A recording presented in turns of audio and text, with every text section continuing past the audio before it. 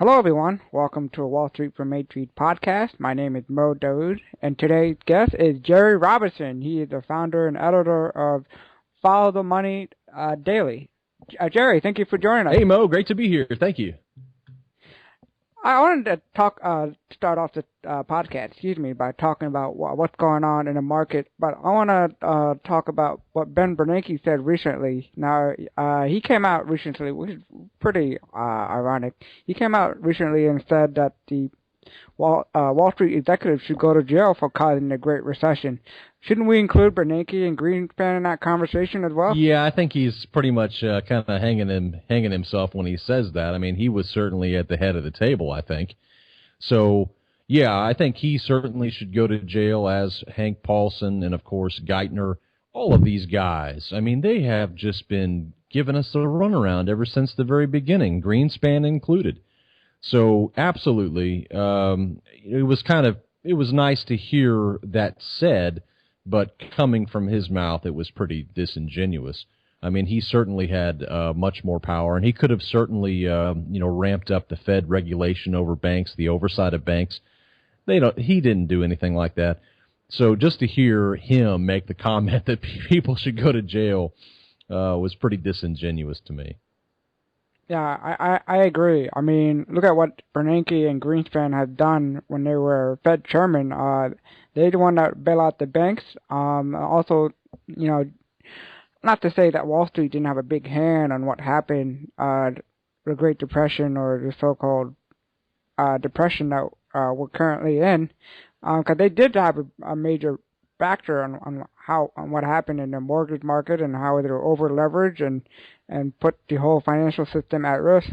But they wouldn't do that if there was no Federal Reserve, because they knew they'd be bailed out by Greenspan and Bernanke. Mm-hmm. Yeah, the Fed is an absolute leech on the economy, and unfortunately, it's for the current system to continue working, it's a necessary evil. Now, it's certainly worth considering another way forward. I mean, there's all different kinds of things that we could do, but for our current system, there's just no way you can do it without somebody who's going to bankroll a bankrupt government like the like Washington. So, the Federal Reserve serves a purpose.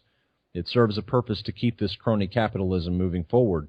But it sure is important, I think, that people do wake up and realize how destructive to their wealth, to their purchasing power, the Federal Reserve has been over the years, and it's not going to get any better.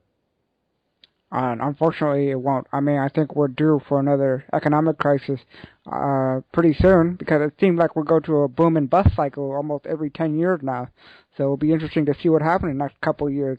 And there's always a potential black swan event that around the corner that could completely blow up the market. Like right now, we have Glencore and their dilemma. There's an article on Zero Hedge that came out today calling them the next Lehman.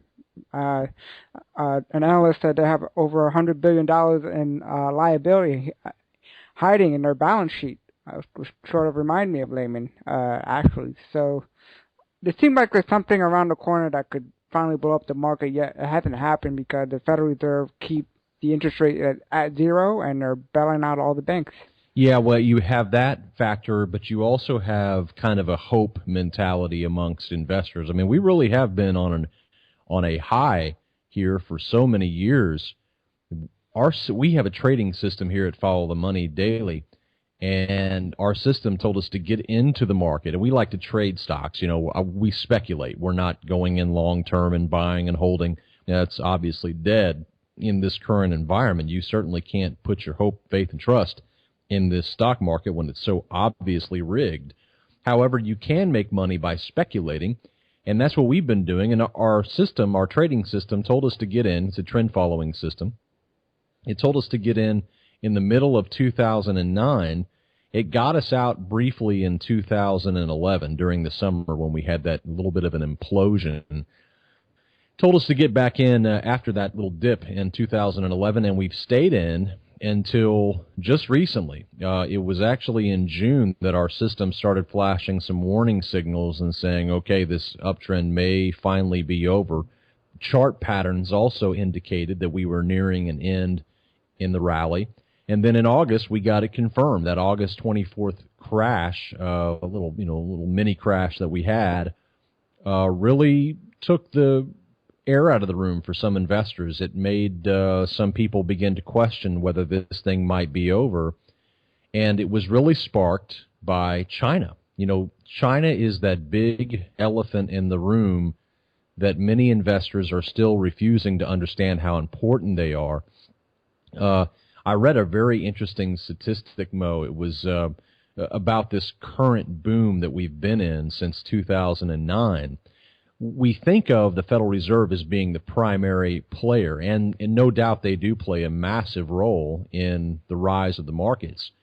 However, since 2009, China has been responsible, the Chinese economy has been responsible for 33% of the global economic boom, global economic growth. 33% of it was attributable to China. So all of the emerging growth market, the growth that we saw, not all of it, but 33% of it was attributable to China and its growth.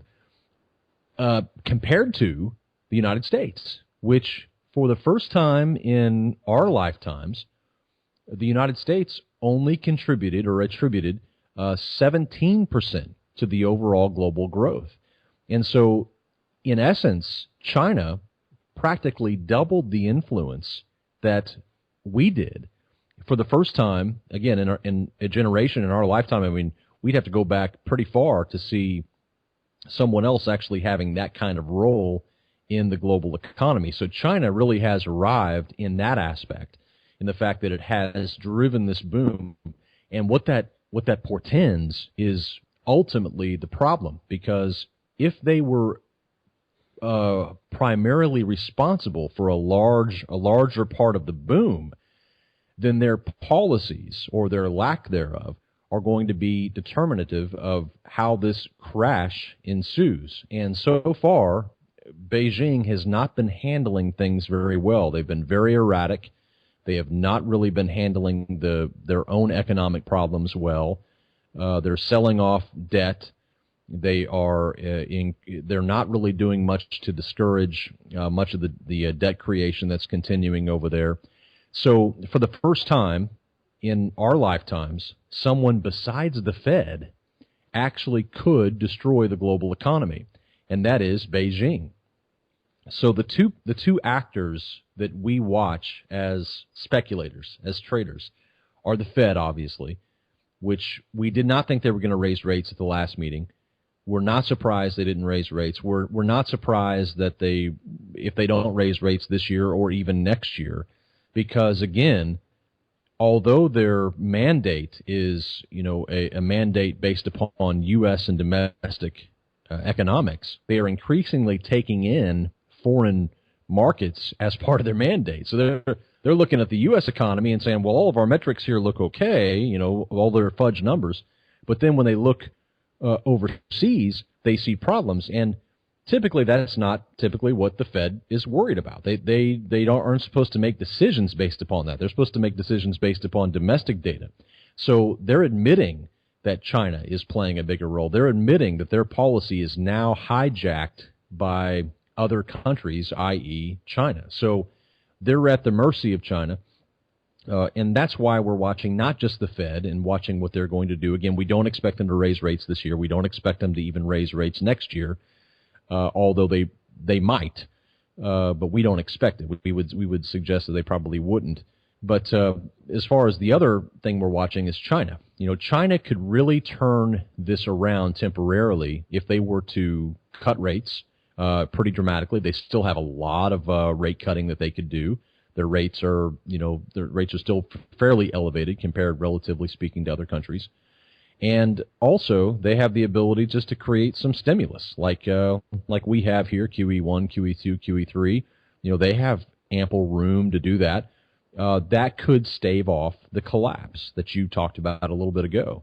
We do believe we'll see a 50 to 60%, crash. We do believe that it's very possible that we could see an evaporation of all of the gains that we saw in QE3. We could certainly give all of those up if nothing changes here.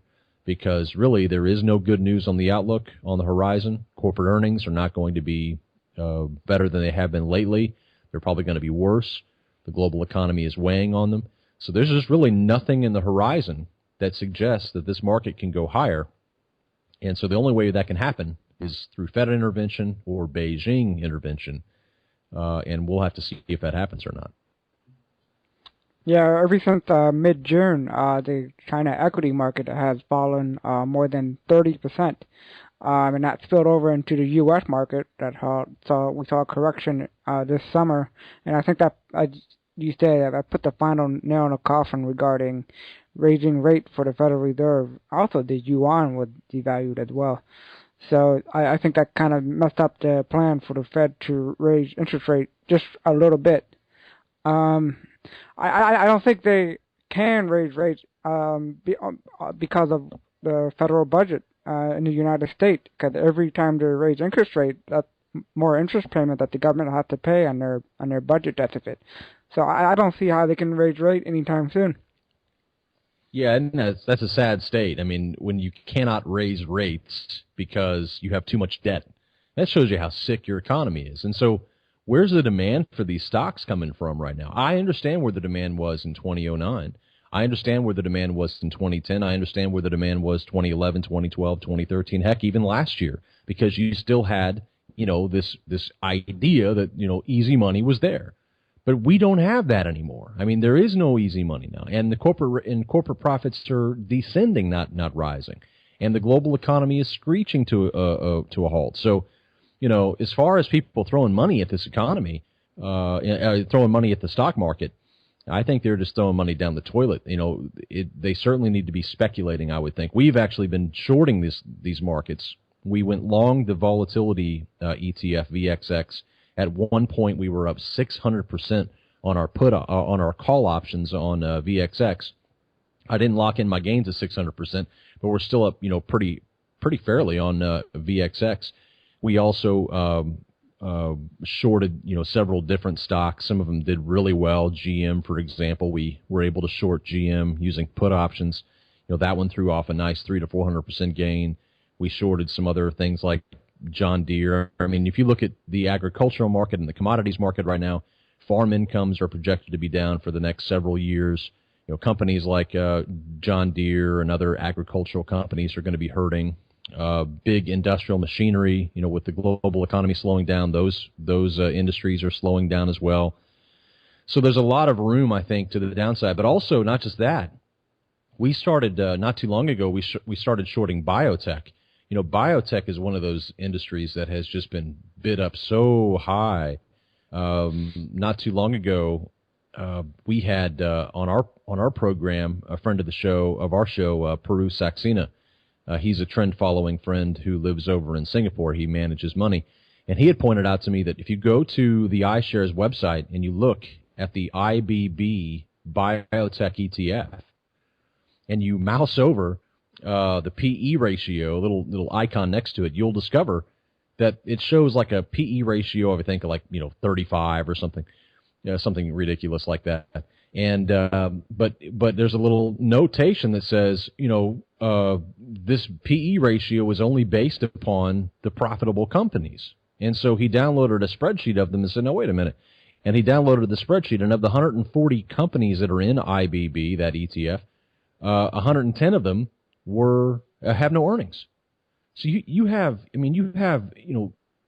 industries like that are playing accounting games, and so whenever the things come home to roost, you're going to have some of these high bid up industry groups that are just going to really crash.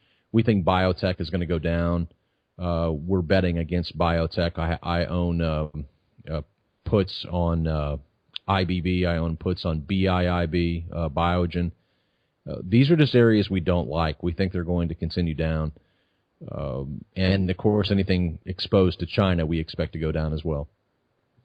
Yeah, biotech stock, they're a hit or miss stock. I mean, they're very high risk, high reward. I mean, whatever product they come out with, they're at the mercy of the FDA in trying to get it approved and into the market, unfortunately. Um, so yeah, I agree with you that a lot of the earnings for the biotech are horrible. I mean, if you look at it in general in the stock market, a lot of the companies are doing a lot of earning manipulation just to get by through stock buybacks, or they revise their earnings ahead of their quarterly earning. So there's a lot of stuff going on in the stock market. If you look between the line, it's very unhealthy. It is. It's very, very negative. The stock buybacks have been something that's just really been outrageous.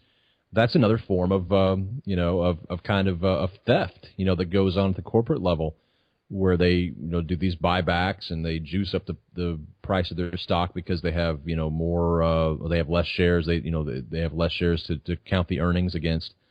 And so it's just a big game. And so we really do, we're not I'm not an advisor. I'm not a financial advisor. I'm not an investment advisor. I don't tell people what to do with their money at all. But I'll tell you what I'm doing. I'm staying out of this market. I'm only speculating. I'm shorting it. I'm buying. I'm kind of shorting the rips in the market as we see these rips kind of go up. We think we're in a bear market right now, and we think we're going to continue to go down. There's one key area. We watch the S&P 500 mostly. That's the one thing that we watch. And there's an area there of about 2021. I would say if you wake up one morning and you're turning on CNBC and you see that the S&P has risen above 2021, that seems to be a real strong, fierce resistance level. We could be breaking out if that happens. But we haven't been able to do that since this crash began in August. In fact, we see us breaching the August lows and going further down, lower. One more comment regarding that is that many people in your audience, just like in my audience, they may be new investors. And one thing I want to tell new investors or people who are kind of fuzzy on how all this works, most people have money in a 401k, right? That's how they invest in the market. And so they look at their 401k statements and say, oh gosh, the market's down. What many people don't know, Mo, is that they can actually sidestep out of these markets if they're worried about the markets. You don't have to sit in your 401k and all of those, crummy stocks. You can go to cash. You can always sell your, bloated mutual funds, and you can go to cash and wait for the market trend to finally, do its thing and be done. So, I know many financial advisors say, well, just stay in, but right now we might be at a very big top here. And people who lost their shirt in 2000 and people who lost their shirt in 2008, why would you sit through another one of those if you didn't have to? If you've built up a lot of money in your 401k and you're concerned about this market, don't feel like you can't do anything about it. You can take your money and move it to a cash fund and wait this out. And if we begin to see a new uptrend form and the Fed's like, hey, we're going to do more QE, QE4, QE5, QE6, okay, well, you can hop back in. It doesn't cost you anything. But I would just say, people out there need to feel empowered. They don't need to feel desperate here. Even if you're stuck in a 401k with crummy options, you can still go to cash. You don't have to sit in stocks and ride this whole thing down. And that's interesting. I did not know that regarding the 401ks. 'Cause a lot of people think that once they can't put their money in the sidelines, so they instead put it in a bond fund because they think that is safe, even though right now it's not. Unfortunately. But that's good information that you just told our audience, and I'll have to look into that as well. Yeah, absolutely. I mean, it's one of those things, and of course, each plan is different. But, if you have questions about it, you're listening to this program and you're thinking, gosh, that sounds good, I need to do that. Well, you can always contact your HR department and just say, hey, I don't want to sit in the stock market right now. I've built up some money here, and I don't want to sit through this possible decline. And it's not a taxable event because it's a 401k. If you can buy and sell, you can trade in your 401k, right? I mean, there's no taxable event because it's a tax-deferred plan. So take that 401k and talk to your HR department. And if you want to go to cash, find out how you can. Just say, hey, I want to go to cash. What do I do?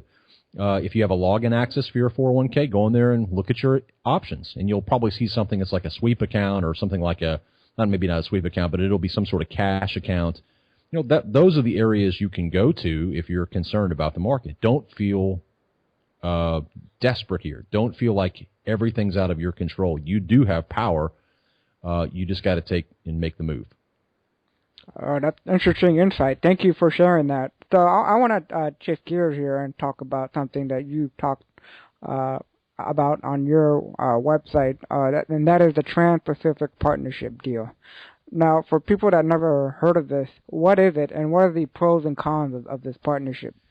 Well, the Trans-Pacific Partnership is it's a devastating quote unquote free trade deal. I mean that's how they're billing it. They're billing it as a free trade deal, and in essence, what it is a deal that's made between 11 other countries in the United States that is going to, in essence, allow corporations to kind of set the deal, to set the tone. You know, when you think about this, remember NAFTA? I mean, some of your folks, who were around whenever NAFTA was being debated, and you kept hearing about how this is going to be so good for the American economy. United States, Mexico, and Canada. We're going to be able to then have this new great, economic union. It's going to be wonderful. There'll be so many jobs coming to America. Well, the same companies who were telling us that they were going to do that were the same ones that ended up hightailing it for Mexico as soon as the deal passed. As soon as the ink was drying on the deal, I mean, we literally had these corporations moving to Mexico. How come? Because Mexico has a minimum wage, of on the order of about $5 a day, right? So of course you want to pay, Mexican workers to do your job, and then but of course, what do you want? You don't want to have Mexico as your customers, right? You want to have the U.S. as your customer. So they got the best of both worlds. They got to move their industries offshore, or their factories offshore, and then they got to turn right back around and have access to full blown access to the biggest consumer market on the face of the planet. They didn't have to employ us; they could just sell stuff to us. That's exactly what this is, but it's NAFTA on steroids. The TPP is a Trojan horse filled with a shocking bonanza of special rights and privileges for corporations. And the America's middle class and the working poor are going to be on the hook for the bill. It's being written by 600 American and foreign corporate executives. It's not even being written by politicians. It's being conducted in secrecy. The bill is a travesty. It's an absolute travesty, and it's not free trade. Think about this, Mo. If you are a corporation and you want to sell your goods to Americans, but you don't want to be in America, right? You want to go over to, say, I don't know, Vietnam, where you can pay somebody 52 cents an hour, and that's their minimum wage or whatever. Well, you'd rather go over there, right? But what prevents you from going and opening up a factory in Vietnam? Well, think about it. What prevents you from doing that? Well, of course, what prevents you from doing that is because you cannot control that government. That government can change the rules of the game on you at any time. Therefore, you're stuck in countries that the United States currently has some sort of cooperation deal with. Well, what this TPP is it allows corporations here in America to gain access to these cheap foreign laborers in places like Vietnam, where the minimum wage is, again, around 52 cents or so. And then they can take their factory, open it in Vietnam, and then have total immunity because they wrote the laws for themselves. And therefore, just like they can buy off the American, just like they can buy off Washington through lobbyists and whatnot, now they have that same kind of governmental power in Vietnam. So therefore, they're going to go you think they're going to stay here? No. Now that they know that the deal is not rigged, now that they know that everything is going to be in their favor, they're going to move over to places like Vietnam and other countries as well, and they're going to exploit this brand new TPP.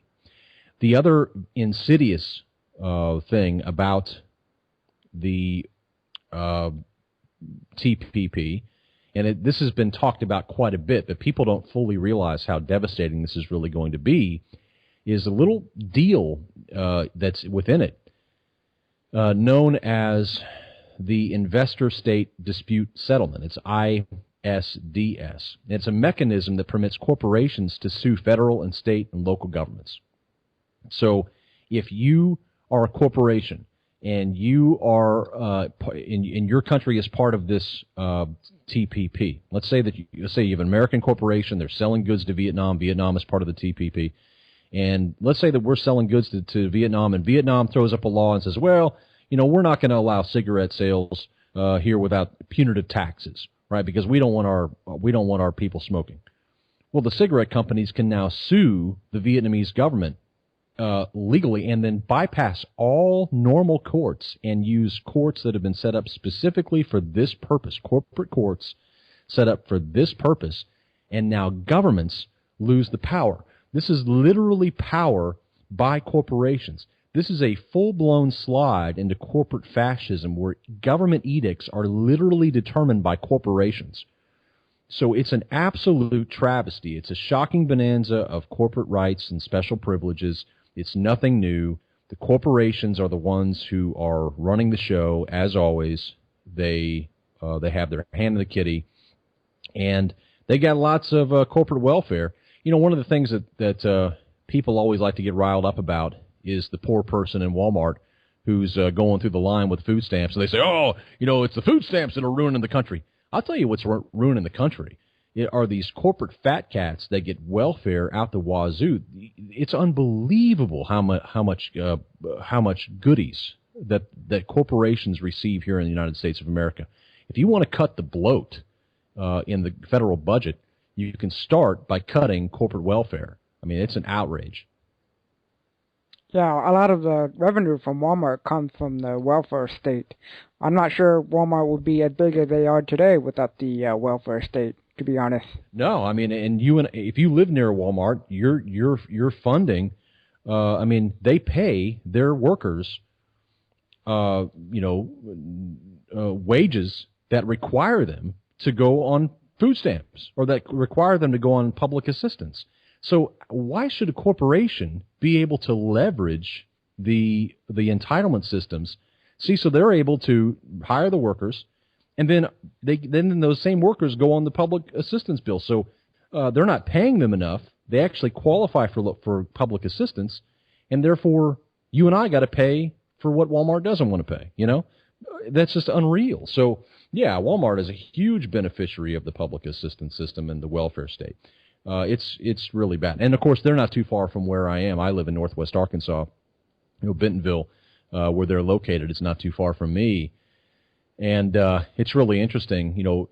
I will say this in their defense. If you are looking for a job, there are two areas that I know of for sure that you can get one, and that is in Texas, where I'm formerly from. I used to live in Houston. There's always good jobs down there.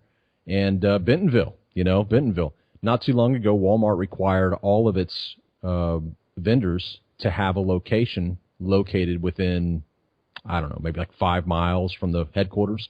So when you drive up to Bentonville, Arkansas, this, small town, but it's very ritzy. And, you have all of these Fortune 500 companies that have locations there because they're required to, because Walmart requires them to. So, there's tons of jobs there. So anyway, long story short, yes, corporate welfare is a disaster. TPP is a disaster. We need to do everything we can to prevent that from occurring, because once it goes through, it's a done deal. You cannot reverse it. It's not going to be reversible. TPP is a disaster, and it's only one of them. And the other one's TTIP. That's the Transatlantic Investment Partnership, Transatlantic Trade and Investment Partnership, and that's between the EU and the U.S. All of these deals, by the way, these quote-unquote free trade deals, are part of the pivot to Asia. The United States knows that Asia is rising. They can't stop it. And so what they're doing is they're intentionally leaving out who of these deals? Brazil, Russia, India, China, and South Africa.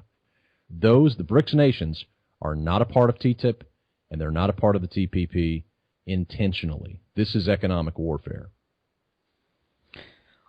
Well, fortunately for TPP, it doesn't have that much support through Congress, so hopefully it won't go through. So we'll see. It has tremendous support on the GOP side, and who, because they're typically for free trade, but none of them have read the deal. And the ones who have, when they do read the deal, they have to read it in secret. They can't take their aides in. They can't refer to any legal books. It's a monstrosity. The little we do know about the TPP or any of these things has come through WikiLeaks. But no, the GOP is just revving up to pass this thing. The Democrats they were fighting it. It was so strange to see the alliance between Obama and the GOP. Up until this point, the GOP has fought everything that he's ever done. I mean, they don't trust him on immigration. They don't trust him on, health care. They don't trust him on, virtually anything. But suddenly he wants to come up with this highly secretive free trade deal, quote unquote. And the GOP's like, oh yeah, Obama's great. He makes all the sense in the world. He's smart. This is wonderful. It just totally blows your mind. It's like they don't trust him on anything, and yet now they think this is a wonderful deal. It shows you that this is a corporate takeover, is what it is. Yeah, crony capitalism. Crony capitalism. You got it. Yeah, at its best. Yeah.